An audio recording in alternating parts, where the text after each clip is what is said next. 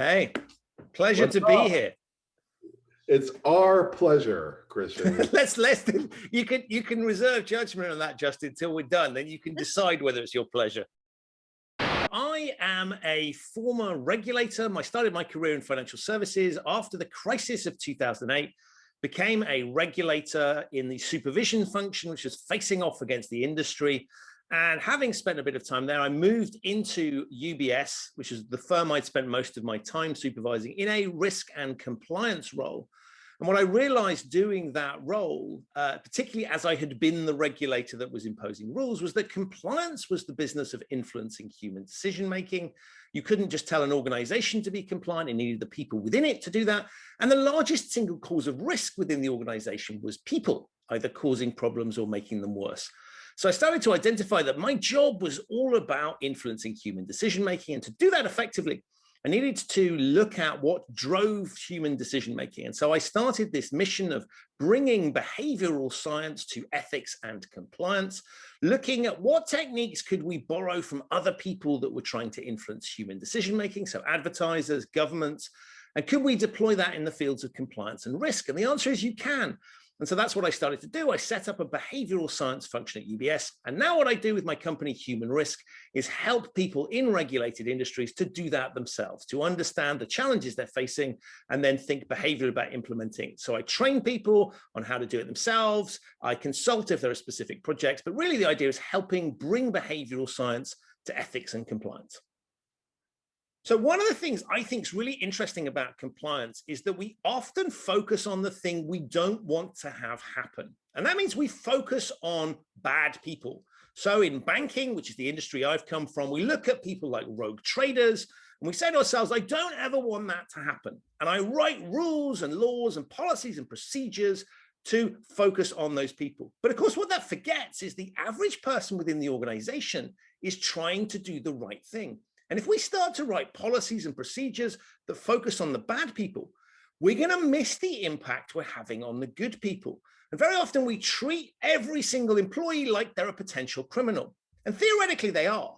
But actually, if you're just a good person trying to do the right thing, if your organization is treating you like you're a criminal, treating you like you're an idiot, and there are tons of examples where the reason we're not getting through to people is we're focusing on the really bad people, the people actually whose minds won't be changed by our training course.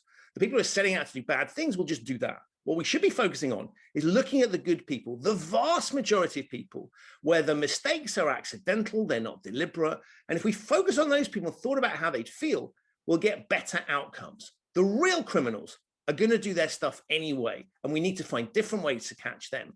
But if we focus our training and our efforts on the vast majority of people, we will get better outcomes and we'll avoid those unintended consequences.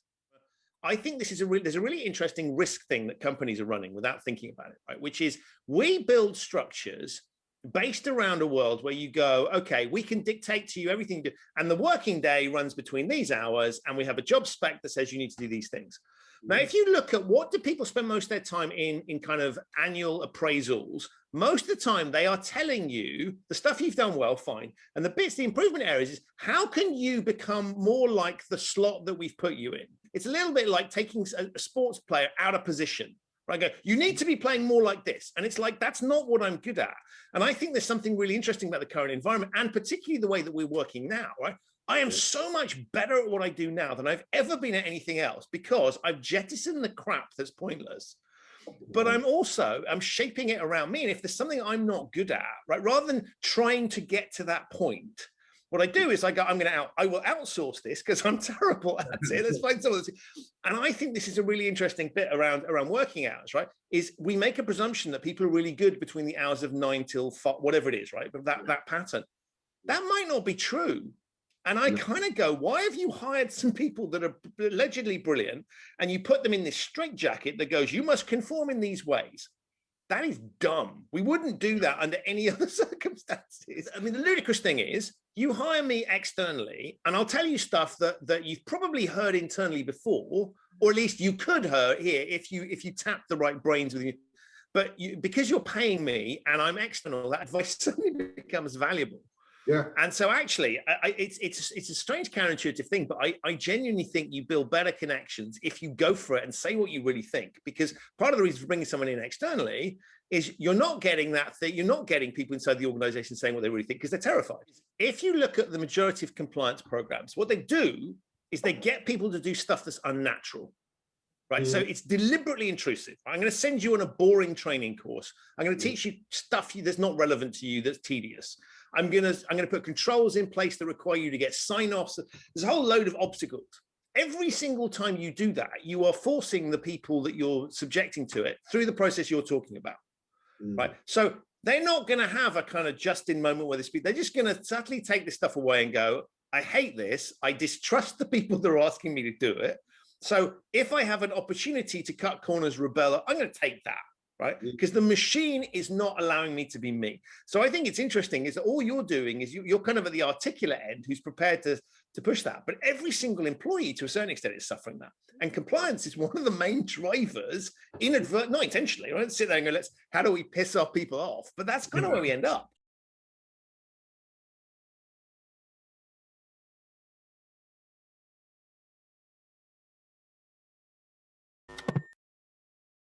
And you're so excited. That's fantastic. I have this simple view. If you're stuck, the word compliance is the worst bit of branding probably in the history of humankind. And so I go, if you're up against that, you better be really energized because it's the opposite of you had me at hello, right? Whatever it is, you lost me with compliance. So anyway, that's my philosophy.